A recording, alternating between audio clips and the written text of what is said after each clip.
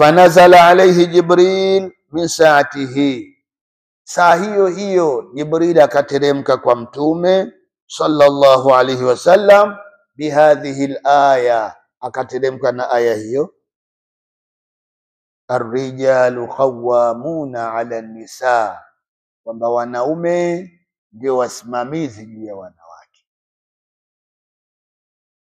Kwani kumpiga kofi ndio kumsimamia? Jibu lake ndio. Unasimamia adabu na misingi sahihi mwanamke awe nayo. Lakini mwanamke hapigwi kwa kukaza mkono.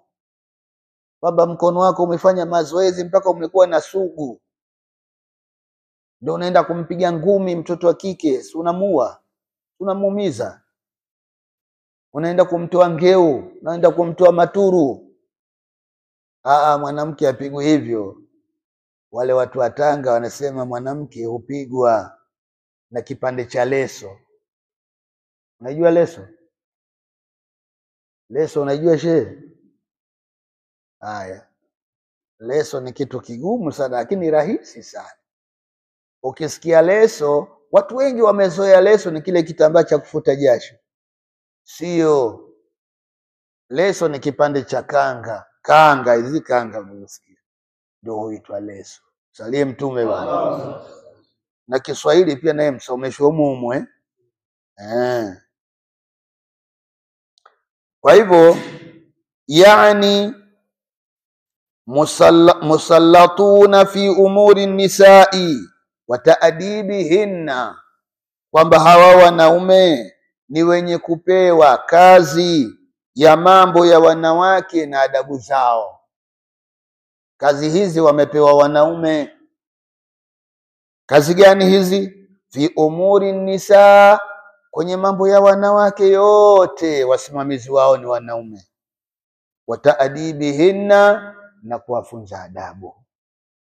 Kumfunza adabu si kumpiga. Kumfunza adabu unazungumza naye. Kumpiga ni hatua ya mwisho sana. Kumpiga ni hatua ya mbali mno. Kwanza uzungumze naye maneno mazuri tu. Mke wangu njoo, hebu kaa hapa. Una shida gani? Mbona siku hizi sikuelewi? Kuna nini? Unamdodosa dodosa pale, kuna hiki na hiki, mimi sipendi nikione kwako. Tafadhali sana usiniuzi, usinikere. Mbona mimi sijakukera? Basi mnaongea, anakuelewa. Lakini sio ukirudi umeudhiwa huko, hasira zako unakuja kummalizia mke wako. Hayo sio maisha. Ruwiya an Fudail bin Ubaida, yamepokewa maneno kutoka kwa Fudail ibn Ubaida, annahu qal, huyu bwana amesema hivi, dakhala rajulun fasalla salatan, kuna mtu mmoja aliingia ikisha akaswali. Alipokwisha kuswali, faqala, akasema, Allahumma ighfir li warhamni, Mwenyezi Mungu nakuomba unisamehe mimi na unirehemu. Isikilize hii dua alivyoisoma Yeye kamaliza tu kuswali, kisha akasema Allahumma ighfir li warhamni, Mungu unisamehe, Mungu nirehemu. Ni dua nzuri tu, wala haina shida hii. Umeomba kwa Mungu, na Mungu umemuomba mambo mawili. Moja, kusamehe makosa yaliyokuwepo, na la pili, Mungu akuweke kwenye rehema yake. Faqala Rasulullah, Bwana Mtume sallallahu alayhi wa alihi akasema kwamba ajjalta ayyuhal musalli, wewe mwenye kuswali, wewe umeharakisha. Idha sallaita faq'ud, pindi ukisha swali basi na ukae kidogo. Sio ile unaswali tu unakurupuka tu unaanza tu, au wengine hata hiyo kukaa tu anaondoka kabisa. Hana tamda wa kukaa kidogo akamsemesha Mwenyezi Mungu, muda huo hana. Sikiliza Mtume anatufundisha hapa. Ayyuhal musalli, ajalta ayyuhal musalli, wewe mwenye kuswali umeharakisha. Idha sallaita faq'ud, utakaposwali basi na ukae. Fahmidillaha bima huwa ahluh, kisha uanze kumuhimidi Mwenyezi Mungu, umsifu Mwenyezi Mungu bima huwa ahluhu, kwa sifa ambazo yeye ndio stahiki yake, yani umsifu kwa sifa zile zake. Faqal wasalli alayya, ukishamsifu Mungu alafu na uniswalie na mimi. Bwana Mtume huyo anatoa mwongozo, anafundisha, anaweka irshadi. Thumma du'u, kisha ndio muombe Mwenyezi Mungu. Mambo ni mawili hapa Moja, kwanza umsifu Mwenyezi Mungu, umbembeleze, ya hayu ya qayyum, ya badi'a samawati wal ardh, ya malikal mulki, ya dhal jalali wal ikram. Zote hizi ni sifa, tunamsifu Mwenyezi Mungu. Alafu sasa tena ndio useme shida yako. Lakini kabla hujaendelea, Mtume anasemaje? Wasalli alayya, na uniswalie mimi. Thumma salla rajulun akhar ba'da dhalik, baada ya hapo akaswali yule mtu, au rajulun akhar, akaswali mtu mwingine akaswali. Aliposwali fahamidallaha, huyo bwana aliyeswali kamhimidi Mwenyezi Mungu. Wasalla ala nabii, akamsalia na Mtume sallallahu alayhi wasallam. Faqala alayhi salatu wassalam lah, bwana Mtume akasema kumwambia huyu mtu wa pili ambaye ameswali kisha akakaa akamhimidi Mwenyezi Mungu akamsalia na Mtume, akamwambiaje? Ayyuhal musalli ud'u tujab, omba utajibiwa. Wewe omba sasa utajibiwa. Tena akamwambia mara mbili, ud'u tujab, ud'u tujab, omba utajibiwa, omba wewe utajibiwa. Kwa sababu gani? Ameshaanza kubembeleza huko nyuma, kumbembeleza Mungu na kumsifu, na hiki Mungu ndicho anachokitaka. Mungu hana shida na wewe, wala hana shida na maombi yako, yeye anachotaka umsifu tu. Naona hata Qur'ani imeanzaje? Alhamdulillahi rabbil alamin, alhamdulillahi rabbil alamin, imeanza na hiyo. Shukrani zote njema ni zake Mwenyezi Mungu. Na sio hiyo tu, hata ile bismillahi arrahmani arrahim, umeona? Naanza jambo langu kwa jina la Mwenyezi Mungu.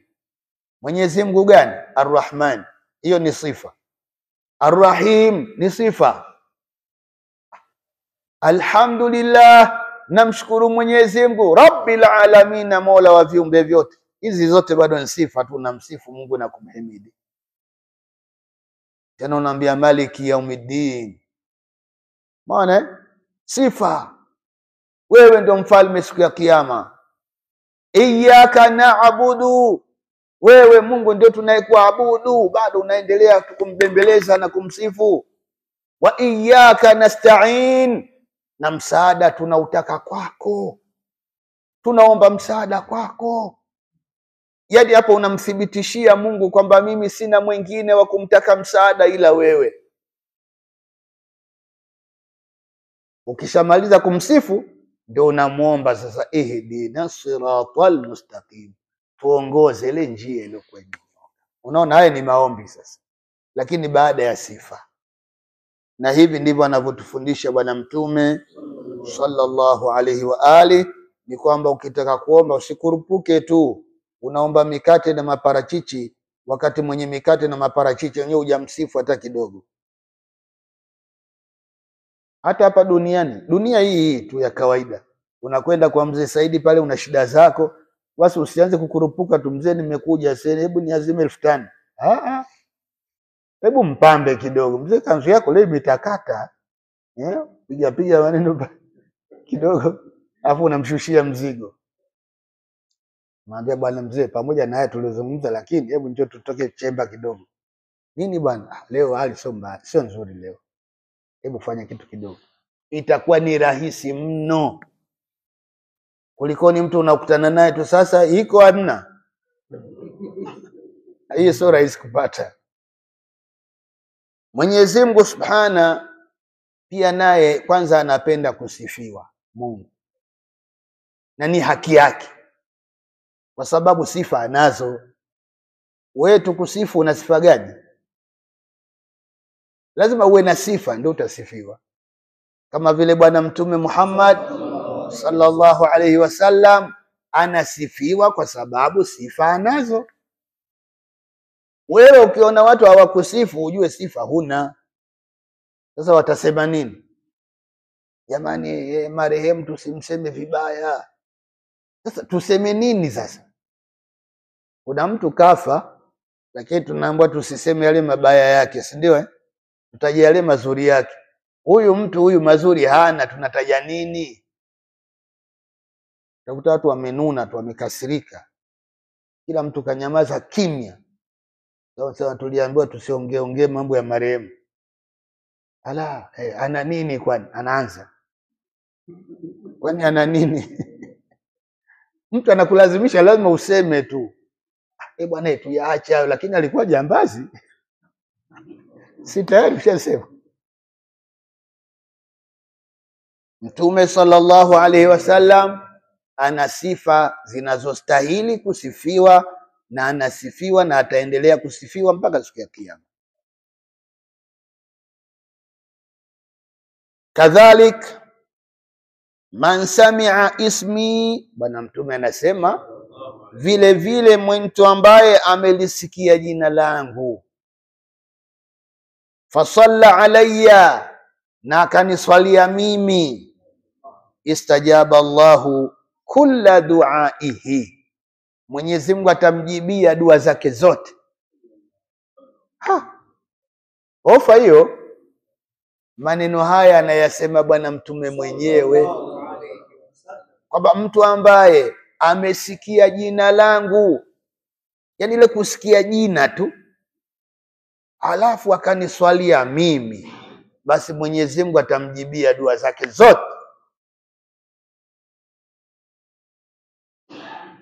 Na hapa kwenye kusikia jina la Mtume, iwe kwenye redio, iwe kwenye adhana, iwe mazungumzo tu ya kawaida, iwe kusoma, iwe vyovyote vile, lakini umelisikia jina la Mtume likitajwa, basi hebu mswalie Mtume wako. Ukiwa na tabia hiyo, ukimuomba Mwenyezi Mungu, dua zako hazikai, lazima zipokelewe. Naam, ruya an Abi Hurairata radhiyallahu an, amepokewa habari kutoka kwa Sayyidina Abi Huraira annahu qala alayhi salatu wassalam, amesema Bwana Mtume sallallahu alayhi wa alihi, khairun nisa'i mra'atun in nadarta ilayha sarratka. Haya maneno ya Mtume.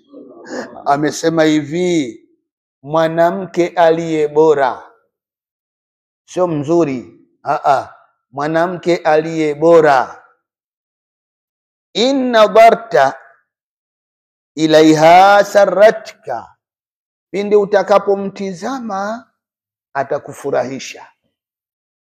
Vile ukimtizama tu atakufurahisha. Kwa maana gani? Kwa maana hivi, umerudi kutoka mihangaiko yako, umemkuta mwanamke tayari kishajiremba, tayari kishajipodoa, tayari kishajifanyia yani yale makrombwezo yote, kamaliza, anakusubiri wewe tu akufungulie mlango. Unafunguliwa mlango hivyo, unapokewa na manukato, chumba kizima kinanukia. Kesha weka nywele zake vizuri, kila kitu kimekaa sawa sawa. Karibu mume wangu, unapigwa mabusu 70 mlangoni pale. Huyu mwanamke ukimwangalia tu saratka, anakufurahisha. Lakini unaonaje kama ni mwanamke umerudi jioni, alafu unamkuta bado ana nguo zake zile za masinzi? Akimuuza mkaa, sasa utafanyaje? Nguo zake za masinzi bado anazo, hajaoga, hajanawa. Karibu mume wangu, karibu. Kiti hicho hapo kaa. Na mara nyingine hata usiambiwe karibu. Pita bwana, mimi nataka Ndio makaribisho hayo. Mwanamke huyu hata ukimtizama ile saratika haipo, hana cha kukufurahisha, huyo si mwanamke bora. Mwanamke bora ni yule ambaye ukimtizama hivi we mwenyewe unafurahi. Alafu wa in amartaha, ndio hapo wa in amartaha ata'atka, na pindi kama utamwamrisha jambo basi atakutii kwenye ile amri yako. Mke wangu mimi natoka, lakini we usitoke hapa, tulia hapa mpaka mimi nirudi, alafu na wewe ndio utaenda. Na akakubali hivyo, akatii amri hiyo. Huyu ni mwanamke bora sana. Wa hafidhat farjaha, lakini pia akahifadhi mwili wake. Nimerukiza? Nimerukiza. Tena nimerukiza mbali kwa kweli. Wa in ghibta anha, na pindi kama utakuwa mbali naye, hafadhatik, yeye mwanamke anakulinda wewe. Yeye yuko mbali na wewe uko mbali naye, lakini bado yeye anakulinda wewe. Anakulinda wewe kwenye nini? Fi malika wa nafsiha, anakulinda wewe kwenye mali zako, lakini pia kwa mwili wake yeye.